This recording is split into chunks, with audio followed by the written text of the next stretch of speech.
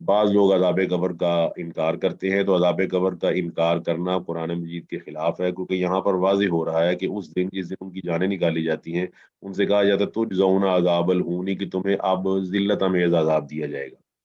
تو آپ کو پتہ ہے کہ آدمی کی زندگی جب ختم ہوتی ہے تو درمیان میں ایک چھوٹا سا وقفہ ہے جس کو اللہ تعالیٰ نے برزخ کے نام سے یاد کیا ہے۔ تو برزخ کے نام سے یاد کرنے کی سب سے آسان سی مثال یہ ہے کہ جیسے آپ ویٹنگ روم میں بیٹھے ہوئے ہیں، تو ویٹنگ روم میں دو طرح کے آدمی ہیں، اور آپ کو پتہ ہے جیل جانے سے پہلے تھانے میں آدمی بیٹھتا ہے، تو اس کے لحاظ سے آدمی کی جاتی ہے، خبر لی جاتی ہے جس طرح اس نے کام کیا ہوتا ہے۔ تو بعض لوگ ویٹنگ میں ہوتے ہیں، ان کو فائدہ پہنچنا ہے، بعض لوگ ویٹنگ میں ہیں، ان کو مار پڑنی ہے۔ تو یہ وہ برزخ ہے جس کو اللہ نے ذکر کیا قرآن مجید میں، وَمِن وَرَائِهِمْ بَرْزَخٌ إِلَىٰ يَوْمِ يُبْعَثُونَ، کہ قیامت سے پہلے یہ دن جو درمیان میں گزریں گے وہ برزخ ہیں۔ تو یہ اللہ تعالیٰ نے یہاں فرمایا اخرجوا انفسکم، اس کو سورہ محمد میں بھی آپ پڑھ سکتے ہیں جب اللہ تعالیٰ فرماتا ہے کہ فَكَيْفَ إِذَا تَوَفَّتْهُمُ الْمَلَائِكَةُ يَضْرِبُونَ وُجُوهَهُمْ أَدْبَارَهُمْ۔ سورہ مومن میں بھی اللہ فرماتا ہے کہ النار یعرضون علیہا غدوا وعشیا، کہ آل فرعون جنہوں نے فرعون کی بات مانی اور موسیٰ علیہ السلام کی خلاف ورزی کی، وہ صبح و شام آگ پر پیش کیے جاتے ہیں۔ اب آپ سے سوال یہ ہے کہ اللہ تعالیٰ فرماتا ہے وہ صبح و شام آگ پر پیش کیے جاتے ہیں، اور پھر بعد میں کہتا ہے کہ قیامت والے دن اشد العذاب، اس میں زیادہ سخت عذاب دیا جائے گا۔ تو بتائیے صبح و شام وہ پیش کیے جاتے ہیں، یہ کہاں پر ہو رہا ہوگا؟ برزخ میں ہی ہو رہا ہوگا نا۔ اب ہمارے ذہن میں ایک بات آتی ہے کہ یہ کیسے ممکن ہے کہ کوئی آدمی جل جاتا ہے، کسی کو مچھلی کھا جاتی ہے، کسی کو کچھ ہو جاتا ہے، تو بتائیے اس کی قبر کہاں ہوگی؟ تو ساتھ ہے اس کی قبر وہیں ہوگی جہاں پر وہ اکٹھا کیا جائے گا، وہ مچھلی کے پیٹ میں ہے یا کسی جگہ پر بھی ہے۔ تو اللہ تعالیٰ ہر چیز پر قادر ہے، اور جس طرح آپ ہم دنیاوی طور پر بھی نا بعض مثالیں ہمارے سامنے موجود ہیں، مگر وہ اتنی زیادہ ہوتی ہیں کہ ہم ان کو نا معجزہ نہیں سمجھتے۔ آپ دیکھیں، آپ چھوٹا سا بیج ڈالتے ہیں، وہ کتنے بڑے درخت میں کنورٹ ہو جاتا ہے۔ بتائیے اس کو کیا آپ کہیں گے؟ معجزہ نہیں ہے اللہ سبحانہ و تعالیٰ کا؟ جی جی سر ہے۔ اچھا، ایک قطرہ ہے، بالکل معمولی سا قطرہ، ملینز اور ٹریلینز اس کے اندر سپرمز ہوتے ہیں، اس کے بعد صرف ایک دو اس میں برابر ہوتے ہیں اور وہ بچے کی شکل اختیار کر جاتے ہیں، ایک بچہ بن جاتا ہے، ایک بچی بن جاتی ہے۔ اور اب یہ روزانہ ہو رہا ہاسپٹلز میں۔ آپ اپنے بچوں کو، جب آپ کے گھروں میں بچے پیدا ہوتے ہیں، ماموں کے گھر، چاچو کے گھر یا بھائی کے گھر، تو آپ خوشی کے ساتھ جاتے ہیں، اس کو چومتے ہیں، گلے سے لگاتے ہیں، اس کو سلامی دیتے ہیں، اس کو تحفے تحائف دیتے ہیں۔ لیکن یہ ہم اکثر بھول جاتے ہیں کہ یہ بچے کی پیدائش بھی اللہ کا معجزہ ہے۔ کیا خیال ہے جی؟ ایک قطرے کو اللہ تعالیٰ نے کیا بنا دیا؟ بتائیں جی۔ جی سر ہے۔ اچھا، اب جو اللہ تعالیٰ یہ سارے کام کرنے پر قادر ہے، تو وہ عذاب قبر دینے پر قادر نہیں ہے؟ صاحب عذاب قبر دینے پر بھی قادر ہے۔ ہم اپنی عقل کے لحاظ سے سمجھتے ہیں کہ شاید نعوذ باللہ ہماری جو ریسورسز ہیں، شاید اللہ تعالیٰ کی ریسورسز بھی ویسے ہی ہیں، تو استغفر اللہ، اللہ خالق ہے، اللہ مالک ہے، اور اللہ تعالیٰ جو خالق ہوتا ہے اس کے ریسورسز بھی لامحدود ہوتے ہیں، وہ نہ جانے اس کے پاس کون کون سی ریسورسز ہیں۔ تو لہٰذا عذاب قبر برحق ہے، عذاب قبر کا انکار کرنا اس وجہ سے کہ نظر نہیں آتا۔ صاف ظاہر ہے کہ یہ کل ہم ایک کلاس میں پڑھ رہے تھے کہ بعض چیزیں نظر نہ آئیں تو بہتر ہے، بعض چیزیں نظر نہ آئیں تو بہتر ہوتا ہے آدمی کے لیے۔ ایک صحابی نے آگے آپ علیہ الصلوۃ والسلام سے پوچھا کہ میرا باپ کہاں ہوگا، وہ مر چکا تھا باپ اس کا، تو آپ نے فرمایا کہ خاموش ہو گیا۔ آپ نے اس کی بات کو نہ ٹالنے کی کوشش کی، اس نے جب اصرار کیا، انسسٹ کیا، تو آپ نے فرمایا کہ تیرا باپ آگ میں ہے۔ اب بتائیے، پردہ پڑا رہتا تو بہتر نہیں تھا؟ بجائے اس کے اس کو پتہ چل گیا کہ میرا باپ آگ میں جل رہا ہے، میں کچھ کر بھی نہیں سکتا۔ بتائیے کون سی چیز بہتر ہے؟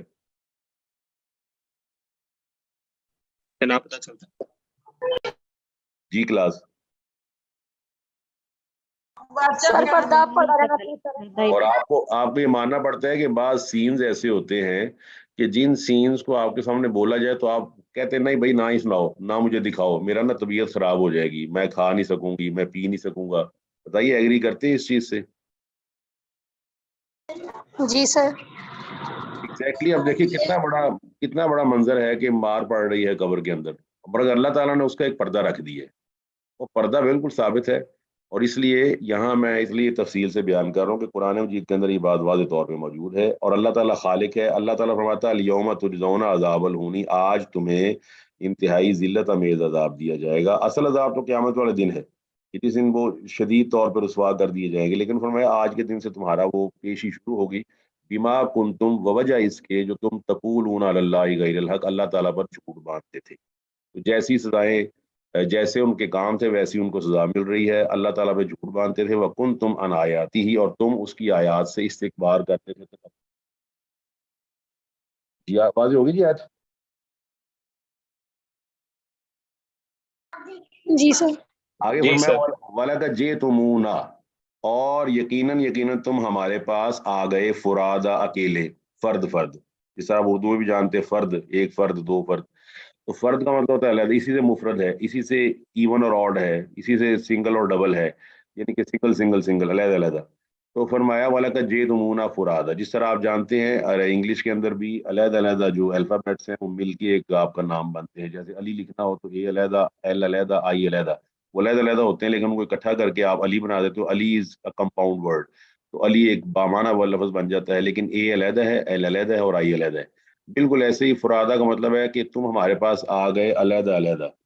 ان سے کہا جائے گا تم ہمارے پاس علیحدہ علیحدہ آئے ہو، کما خلقناکم، جس طرح ہم نے تمہیں اول مرتن پہلے پیدا کیا تھا. تو صاف ظاہر ہے جب اللہ نے پہلے پیدا کیا تھا بھی آدمی اکیلا تھا، اللہ وحدہ لا شریک نے اس کو پیدا کر دیا. اور فرمایا وترکتم، اور تم چھوڑ آئے، ما خولناکم، جو ہم نے تمہیں دیا تھا، جو ہم نے تمہیں دیا تھا، جو ہم نے خول یخول تخویلا، اس کا مطلب ہے جو نعمتیں اللہ تعالیٰ نے عطا کی تھی، خولنا جو ہم نے دی تھی، کم تم کو، وراء ظہورکم اپنے پیچھے چھوڑ آئے.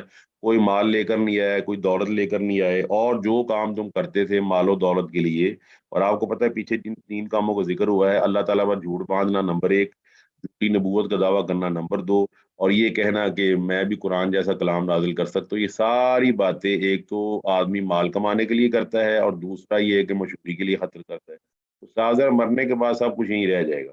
آپ کی مشہوری بھی گئی، آپ کا مال بھی گیا، آپ کی دولت، دکانیں، بنگلے، بڑی بڑی چیزیں یہاں گئیں. تو فرمایا وترکتم، اکیلے آئے ہو تم، وترکتم، اور تم چھوڑ آئے، ما خولناکم، جو ہم نے تمہیں دیا تھا، وراء ظہورکم. تو آپ کو یہ معلوم ہے یہ دنیا کی سب سے بڑی حقیقتوں میں سے ایک حقیقت ہے کہ مرنے والا کچھ بھی ساتھ لے کر نہیں جاتا، بلکہ اس کو اکیلے جانا پڑتا ہے. اور اسی حقیقت کو اللہ تعالیٰ نے یہاں پر بیان کیا ہے. اب اللہ فرماتا ہے وما نری معکم شفعاء، اور ہم نہیں دیکھتے تمہارے ساتھ. کیا ہو گیا بھائی؟ تمہارے وہ شفعاء، شفیع کی جمع ہے، وہ تمہارے سفارشی.